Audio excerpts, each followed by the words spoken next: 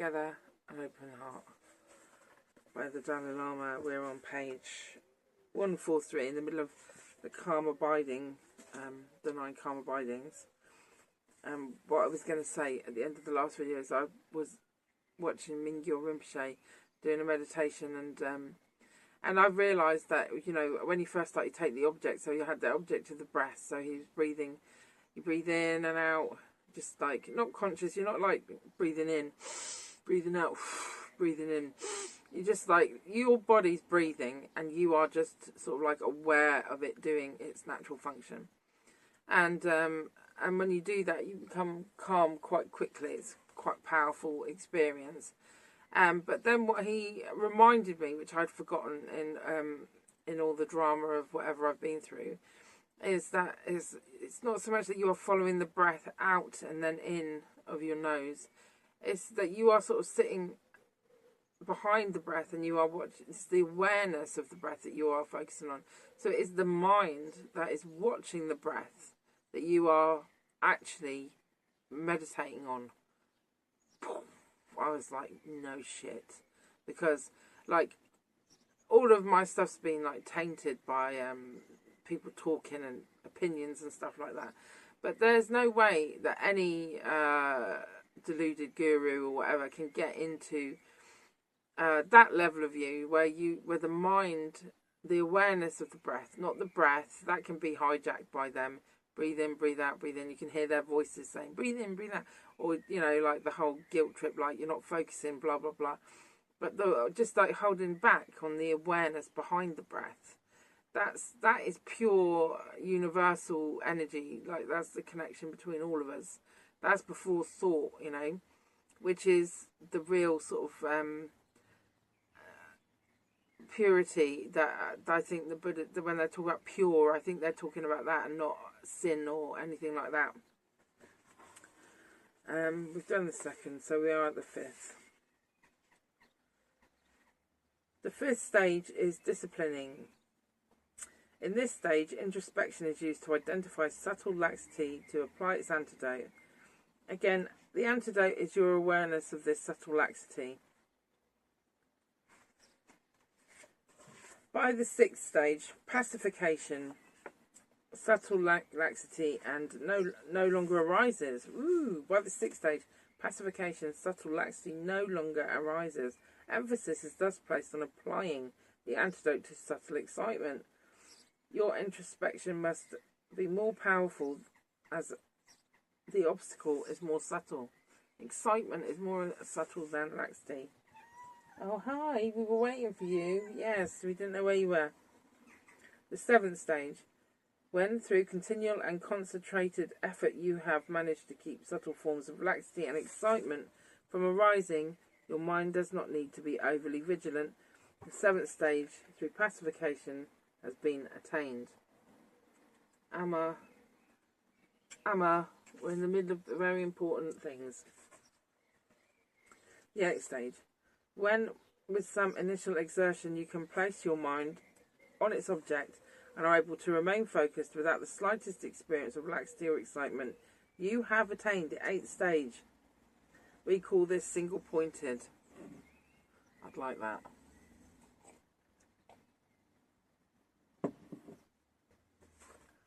Amma, just get off there. The ninth stage. The ninth stage. Why don't you sit there?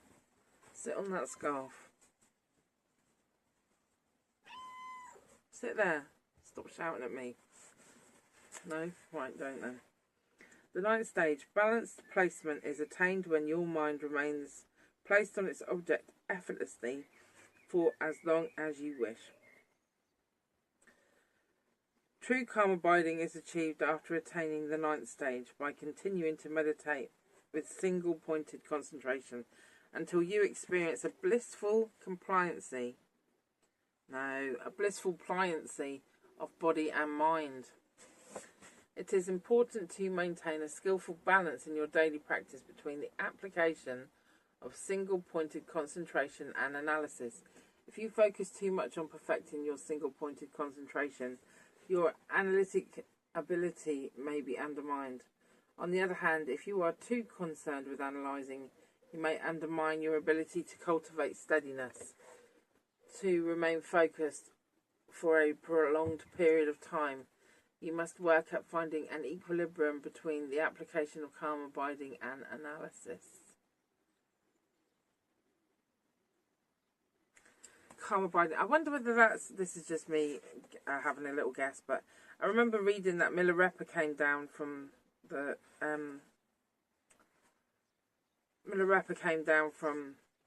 mountains after doing a massive retreat, and everyone was asking him loads of questions. They were like, "Oh, you know, tell us all about it, whatever." And he said, "I just haven't used my speech for a long time, and I'm finding talking really difficult." So I think the real challenge is trying to stay a functioning human, I guess, as you're travelling up the abidings, because my real challenge in the whole of Buddhism is to stay a normal human, because you go through different sort of awakening stages. Like renunciation can really floor you, and then you know, compassion, you just walk around crying all the time. There's this like you know, remaining a functioning human being is one of the more challenging aspects sometimes of Buddhism. Or you get like so passionate, like and into it, that you drop everything and become a nun. So like and by that point you are no longer functioning as a balanced human being. You are completely, you know, you could argue gone a bit too far.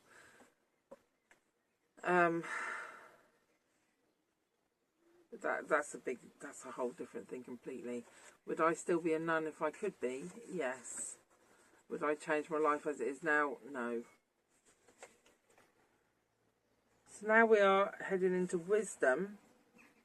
Wisdom being emptiness, more than likely.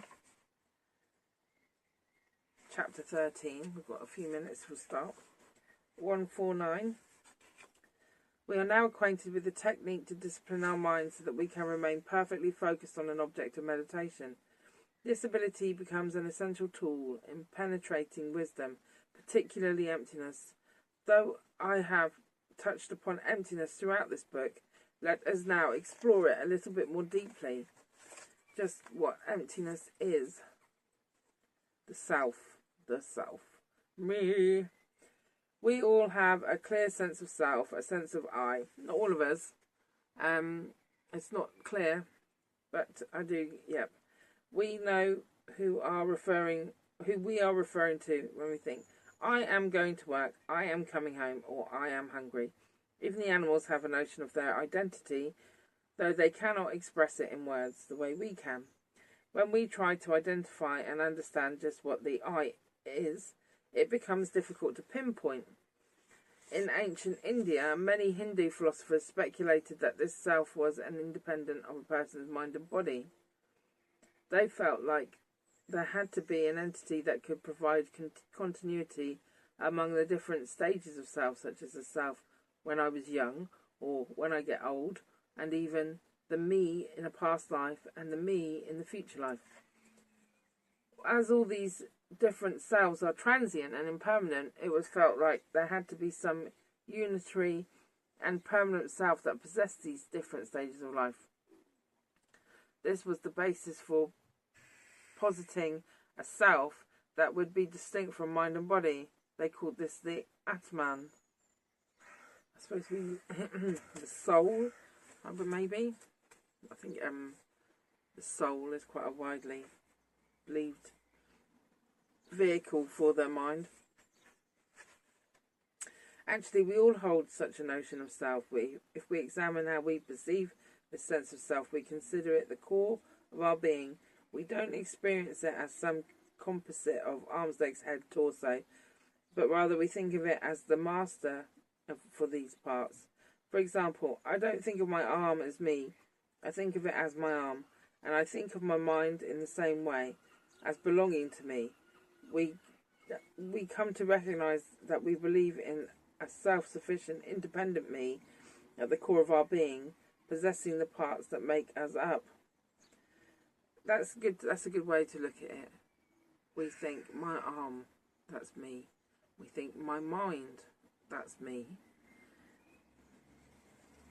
What's wrong with this belief? How can such an unchanging, eternal, and unitary self that is independent of mind and body be denied? Buddhist philosophers hold that a self can be understood only in direct relation to the mind-body complex. They explain that if an atominal self were to exist, either it would have to be separate from the impermanent parts that constitute it, the mind and body, or it would have to be one with its parts. However, if it were separate from the mind and body, it would have no relevance and it would be totally unrelated to them. And to suggest that a permanent indivisible self could be one with the impermanent parts that make up the mind and body is ludicrous. To suggest that a permanent indivisible self could be one with the impermanent parts that make up the mind and body is ludicrous. Why? Because the self is a single and indivisible. Because the self is single and indivisible, while the parts are numerous.